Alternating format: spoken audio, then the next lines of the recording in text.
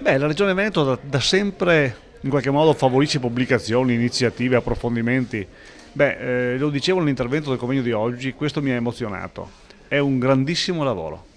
È un lavoro che cataloga 2000, dico 2000, più di 2000 interventi in Veneto di arte e di architettura del Novecento, nostri.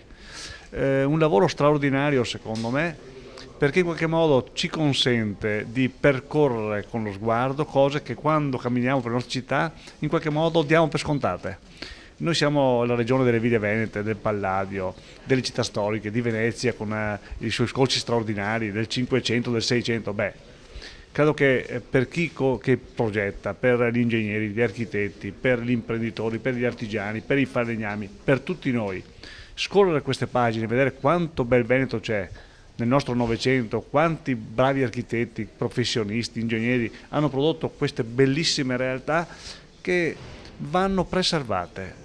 Sempre diciamo che lo sviluppo del Veneto negli anni 50, 60, 70 ha in qualche modo, e poi lo sviluppo degli ultimi anni, segnato qualche volta non bene il nostro territorio.